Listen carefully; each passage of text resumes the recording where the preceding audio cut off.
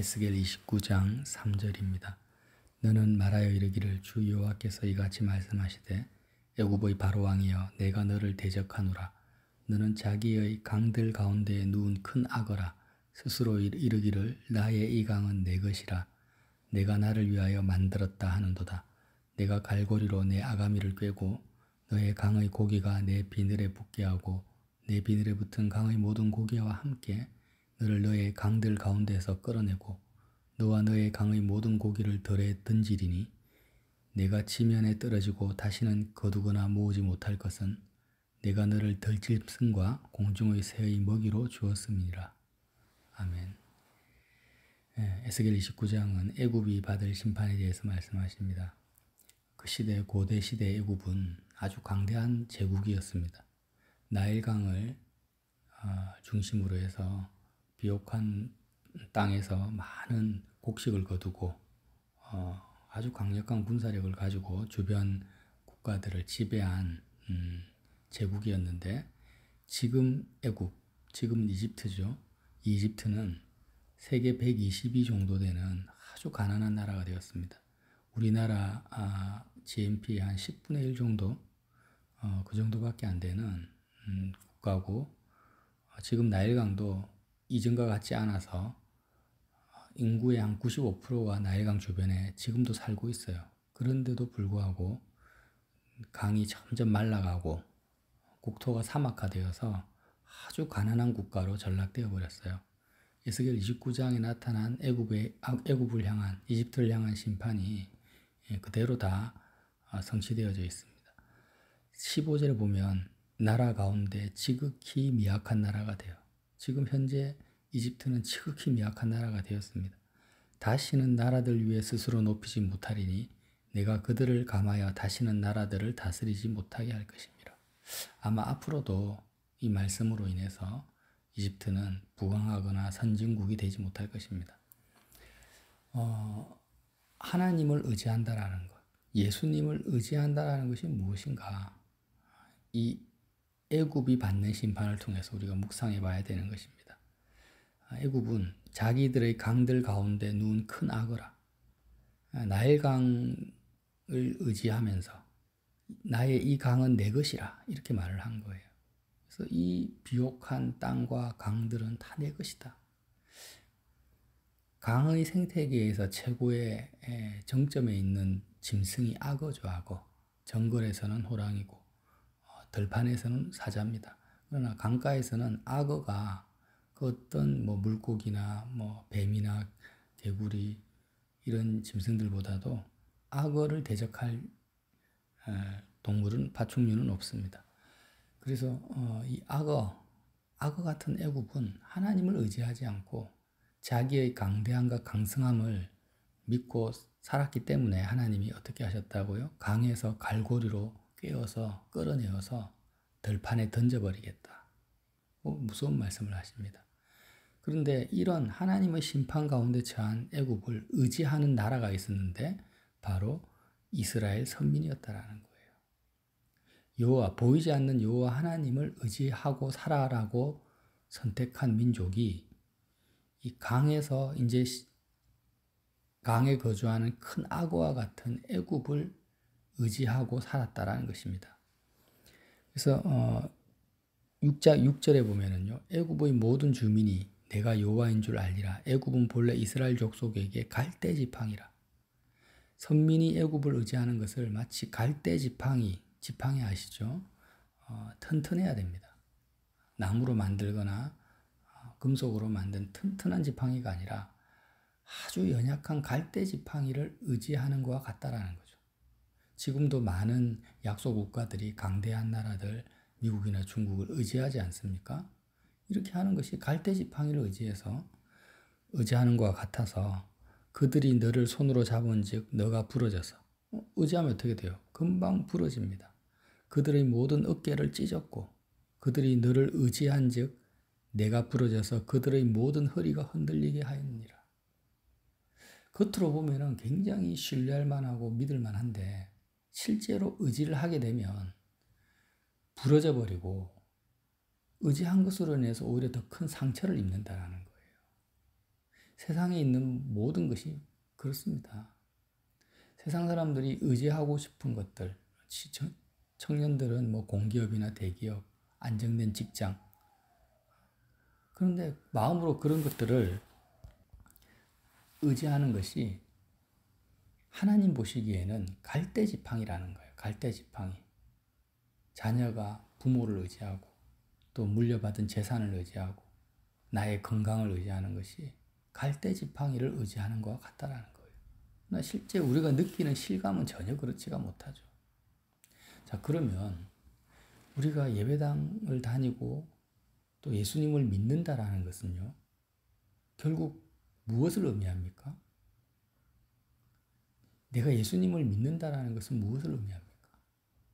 예수님을 의지하는 것을 말해요. 예수님만을 의지하는 것을 예수를 믿는다라고 정의할 수 있다라는 거예요. 내가 예수님을 의지하지 않으면서, 실제적으로 의지하지 않으면서 나는 예수님을 믿는다라고 말한다면 거짓말이라는 거죠. 그런데 왜 우리는 예수님을 의지합니까? 또 의지해야 됩니까? 애국과 같이 강성한 나라나 물질이나 건강이나 조직이나 공동체나 이 땅에 어떤 것도 의지하지 않고 나에게 주어지는 뭐 국민연금, 고령연금, 뭐 공무원연금 이런 것들 의지하지 않고 내 능력, 내 지혜, 지식, 직장, 사업체 의지하지 않고 예수님만을 의지하는 것이 예수님을 믿는 거잖아요. 그러면 왜 예수님을 의지합니까? 재산이나 연금을 의지하는 것보다도 더 이 땅에서 안전하고 보장된 삶을 보장해 주시기 때문에 예수님을 의지합니까?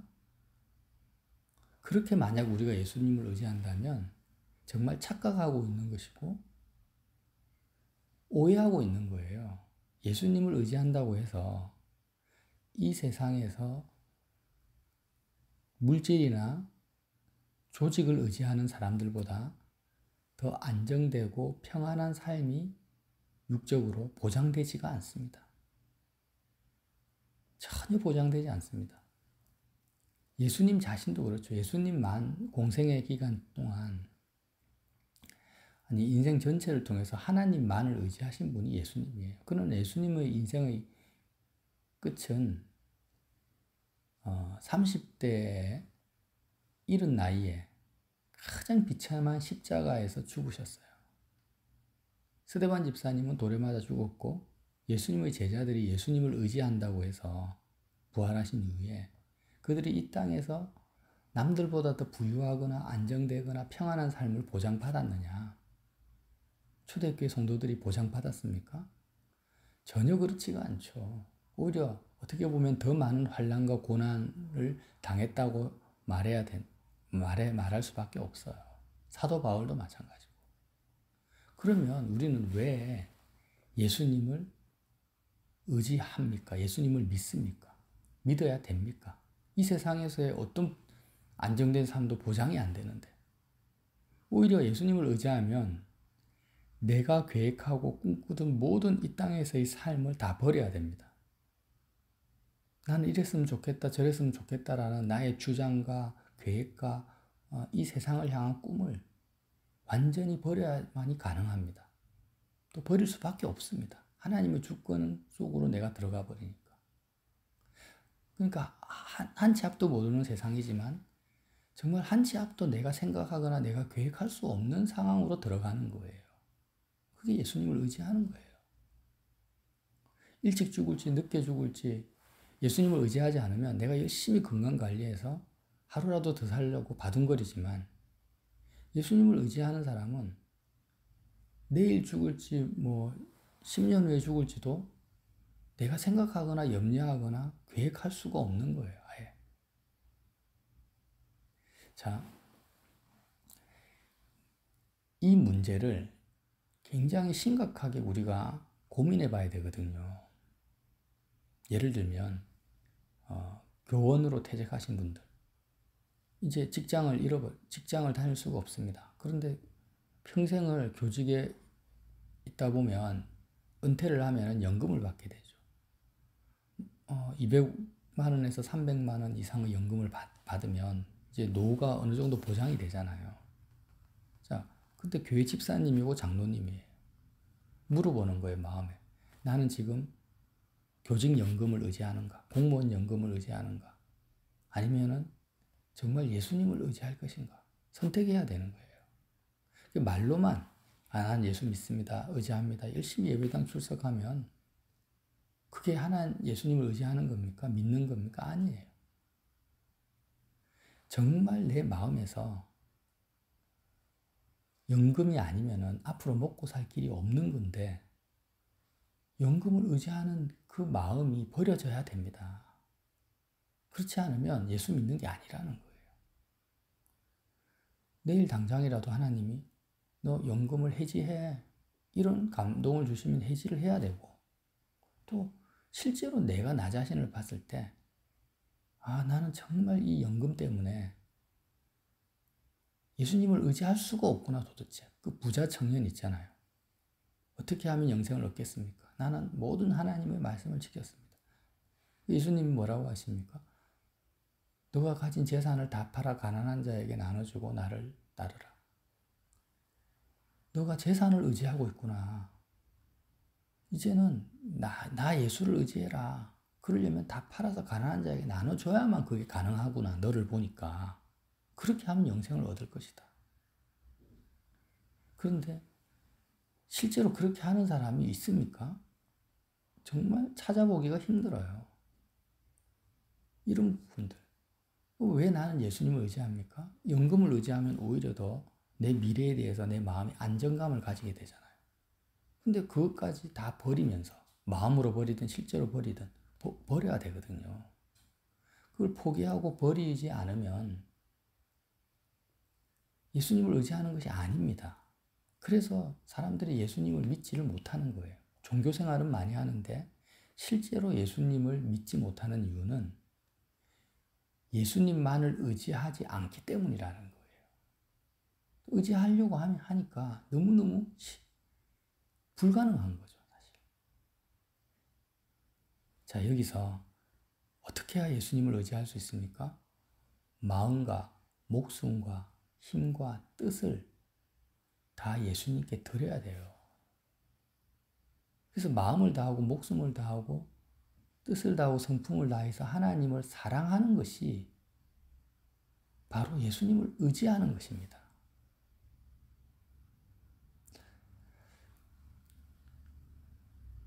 보세요.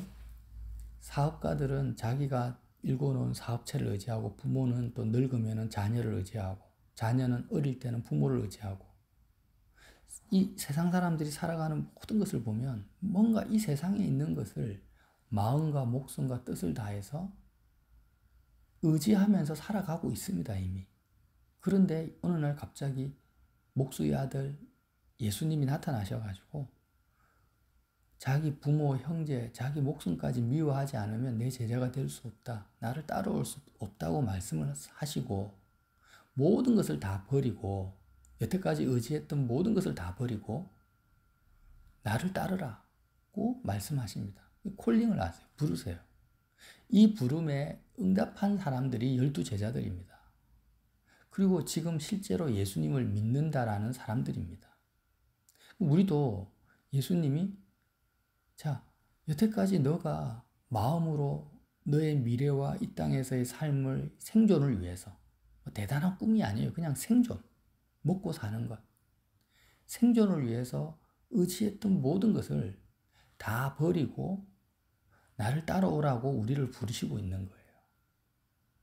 그런데 우리는 거기에 대해서 예배당은 출석할지언정 정말 예수님을 따라가지 못해요. 정말 예수님을 의지하지 못한다라는 거예요. 실제적인 문제입니다. 예수님을 의지했다가는 이제는 나의 삶에서 일어나는 모든 일들은 내가 결정할 권한이 없고 내가 이 세상에 대해서 어떤 것도 계획하거나 바라거나 안정된 삶을 꿈꾸는 것이 불가능해진다라는 거예요. 이게 현실이고 팩트입니다. 그러니까 어떻게 하냐? 세상적인 방법들은 내 삶을 위해서 모든 것은 총동원, 내 머리를 다 돌려서 동원을 하고 거기에다 플러스 알파로 예수님의 힘과 능력까지 동원해서 더 나은 미래를 꿈꾸는 종교인이 돼버리는 거지. 실제로 예수님만을 의지하는 믿음을 가진 사람은 거의 없다라는 것입니다. 이게 현실이에요. 우리 자신을 돌아보자라는 거예요. 그래서 예수님을 왜 의지합니까? 왜 의지해야 됩니까? 다른 게 아닙니다. 마음과 목숨을 다해서 하나님을 사랑하는 길이 예수님만을 의지하는 것 외에는 없기 때문이라는 거예요. 이 땅에서 남들보다 더 안정된 삶을 살기 위한 길이 아니고요.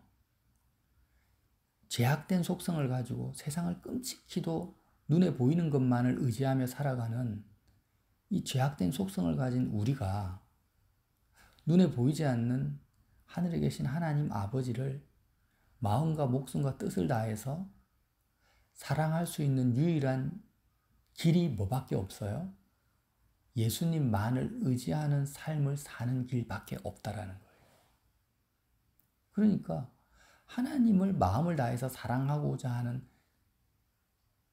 그 표대와 방향성이 없는 사람은 예수님을 의지할 이유도 없고 목적도 없고 근거도 없는 것입니다.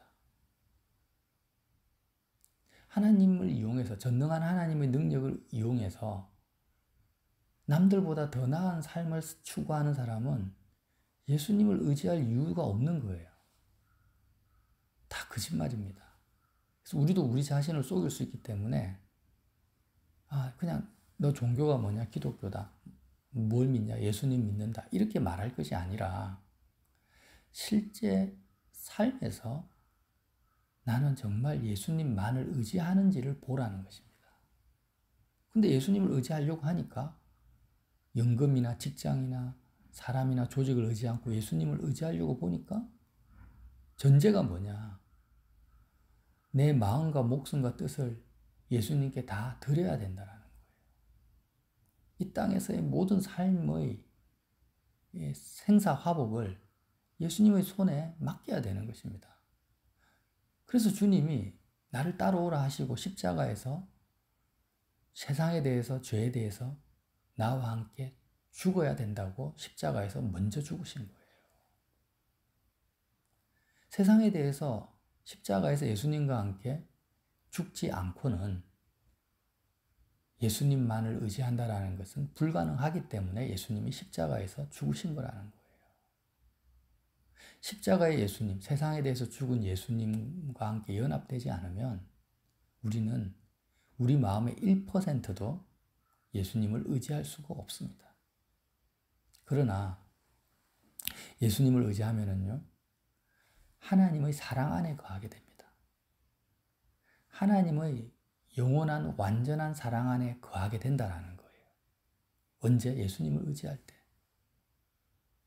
십자가의 예수님의 그 죽음에 내가 참여할 때, 세상에서의 나의 삶을 완전히 소멸시켜버리는 거잖아요. 내 마음에서. 그렇게 해버리면 우리는 그리스도 예수 안에 들어가게 되고 비로소 예수님과 결혼하게 되는 것입니다. 많은 부모님들이 자녀를 키울 때요, 교육의 목표가 뭐냐? 나일강의 악어와 같은 이 생태계의 정점에 이르는 이 짐승으로 키우는 게 부모의 교육 목표예요. 정글에서 호랑이처럼 키우는 거예요. 사자같이. 가장 이 세상의 그 피라미드의 정점에 올라서게 하는 그것이 세상 부모의 교육의 목표인데, 하나님을 믿는 부모의 교육의 목표는 뭡니까? 예수님과 결혼시켜서 떠나보내는 것입니다. 결혼이라는 것은 시집간다 하면 이 시집가기 이전의 삶과 이후의 삶이 완전히 바뀌어버리는 거예요. 이전에는 세상을 의지하다가, 나를 의지하고 사람을 의지하고 조직을 의지하다가 시집가면은 남편을 의지하게 되죠. 요즘에는 그렇지 않지만 전통적인 방식을 말합니다. 그럼 남편에게 자기 인생을 올인하는 거예요. 예수님이 우리의 신랑이 되셔가지고 우리는 예수님의 신부가 되는 거죠. 그래서 내가 예수님과 완전히 결혼 생활로 들어가 버립니다. 그러니까 수가성 여인이 5 남편도 내 남편이 아니고 지금 사는 남편도 남편이 아닙니다라고 했을 때 예수님이 수가성 여인의 남편이 되시잖아요. 너의 배에서 생수의 강이 넘치리라. 이제 드디어 본인이 인생 전체를 통해서 진정한 남편, 진정 내가 의지해야 될 한 분 메시아를 만난 것입니다. 이게 예수님을 믿는 거거든요. 근데 우리는 이렇게 말만 예수님의 신랑이고 나는 예수의 신부라고 하지만 실제로 예수님과의 결혼 생활로 들어가질 않는 거예요. 예수님을 의지하지 않는 거예요. 그러니까 아무리 예수님께 기도하고 예수 해도 내 배에서는 신랑과 신부만이 누리는 비밀스러운 생수의 강은 넘치지 않는다라는 거예요. 자, 그래서 우리가 매 순간 우리는 죄적 체질을 가지고 있으니까 끊임없이 어제 예수님을 의지했다가도 또 눈에 보이는 염려 근심에 사로잡혀서 우리 또 눈에 보이는 이 악어가 되려고 하고 갈대지팡이, 이스라엘 백성들이 애굽을 의지하는 것이 갈대지팡이를 의지하는 거라고 비유하지 않습니까? 이 갈대지팡이를 붙잡고 있는 우리의 모습을 보면서 다시 예수님과의 정상적인 결혼 생활로 들어가기 위해서 십자가를 바라보는 것입니다. 십자가를 바라보는 거예요. 그럼 십자가는 뭐냐? 이 세상을 향한 나의 마음, 뜻, 목숨, 이 세상을 향한 나의 모든 생각들, 이 모든 것을 다 십자가에 걸어버리고 세상을 빠져나와서 정말 예수님께 내 인생 전체, 나의 삶의 전부를 통째로 예수님의 손에 내어드리는 그 장소가 십자가라는 거예요. 이렇게 십자가에서 예수님과의 온전한 결혼 생활이 유지될 수 있는 유일한 길이 십자가이기 때문에 주님이 십자가로 우리를 부르신 거예요. 그래서 오늘도 정말 한번 다시 생각해 보죠. 나는 왜 예수님을 의지하는가? 아니, 의지하고 있는가? 의지하려고 하는가? 그러면 의지하고자 하는 목적이 뭔지를 다시 한번 생각해 보시고, 마음을 다해서 하나님을 사랑하는 것이 내 삶의 유일한 목적이 되지 아니라면 나는 뭔가 잘못되어 있다. 방향성도 잘못되어 있고 표대도 잘못되어 있는 거예요. 그러므로 이 말씀, 꼭 애굽이 세상을 의지하기 때문에 심판받는 것이 두려워서 그래 하나님 의지하자 이런 의미로만 생각하면 안 됩니다. 이스라엘 백성이 마음을 다해서 하나님 사랑하는 유일한 길로서 성전 제사를 허락하신 것처럼 성전 제사의 완성인 십자가와 부활 사건이 나에게도 정말 생명과 같이 주어졌다면 이제 우리는 예수님을 의지할 수 있는 길이 주어진 것입니다. 그래서 오늘도 정말 주님과 함께 주님을 의지하면서 하루를 승리하시기를 예수님 이름으로 빌어드립니다.